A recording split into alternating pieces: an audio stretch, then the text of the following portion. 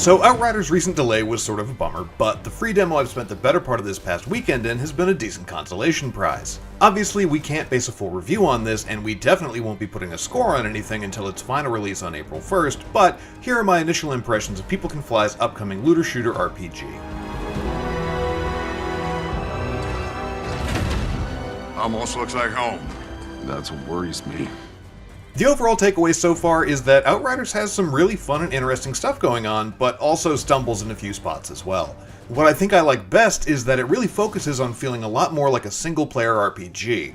You know, I may not be able to make huge story-altering decisions like in classic BioWare games, at least as far as I've seen, but it's cool to be able to dig into lore with NPCs or unlock new merchants and discounts by completing side quests. Seeing tangible consequences to my actions like that go a long way towards drawing me into Outriders' world. How did it all begin? Why'd you start fighting? Combat is, for the most part, another check in the W column for me so far. It follows the satisfying, if familiar, formula from other co-op heavy looter shooters and adds a gory dash of time-bending elemental superpowers for good measure. Gunfights are chaotic fun and leave battlefields literally coated in blood, and I'll admit it's sadistically gratifying to see just how ruthlessly one set of powers could crush, incinerate, or straight up disintegrate enemies when paired with the teammates if I was playing in a group. Plus, there's just something morbidly hilarious about seeing a whole-ass ribcage rolling around like a bony tumbleweed.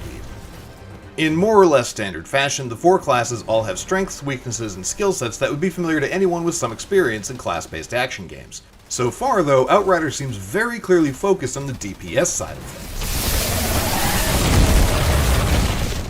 Yes, the four classes each fill a role on the team, but aside from turning on the Devastator's tank mode, they're all pretty much in service of how quickly you can reduce your opposition to a sticky red paste. Now that uniformity may be a turnoff to anyone who really loves playing capital H healers, but it also allows those who opt not to team up with others to feel safe playing as any of the four classes. And then there's the very real possibility that they'll become much different as they level up in the full game. Some randomized weapon perks I found later on had some team healing buffs, and there was an entire skill tree that the demo barely scratched the surface of. I spent a decent amount of time in teams and exploring on my own as all four classes, my favorite easily being the time-bending roguelike trickster, and found it smoothly balanced both ways by scaling down the number of bad guys you face solo. The roster of enemies present in the demo is fairly limited, but they provide enough tactical variety to demand some quick thinking and strategy, especially with larger groups. As far as loot goes, weapons are a standard array of assault rifles, shotguns, and sniper rifles, but the inventory metagame gets more interesting as you collect rarer gear.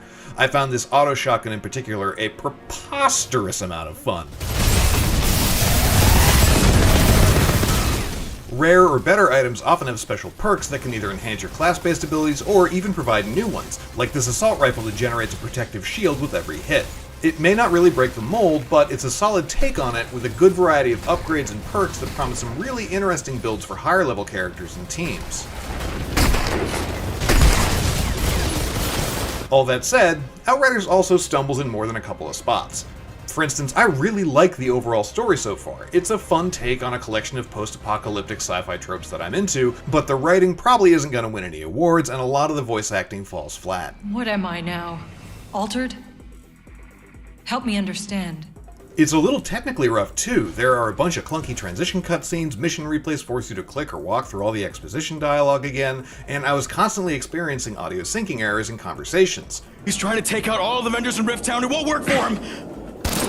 Combat is fun for sure, but the lack of distinct aim and camera sensitivity options feels like an oversight, movement is a bit floaty, and it's always hard to tell if you can climb over something or not.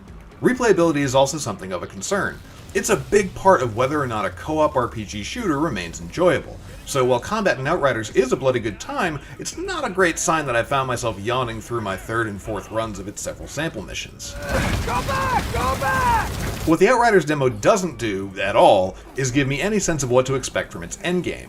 I'm definitely interested to see more of its world and unlock more nifty pseudo-magic, but I'd venture a guess that 70% of my play clock in similarly structured games takes place well after the credits have rolled, so that's kind of a big deal. The developers have detailed a fairly robust endgame plan, but whether or not it has the staying power of other service-adjacent co-op shooters, or if that's even the goal at all, remains to be seen. Hopefully though, it'll keep up the fast pace of its action and decently fun pulpy story, because I really want to see what happens when I level up that auto shotgun.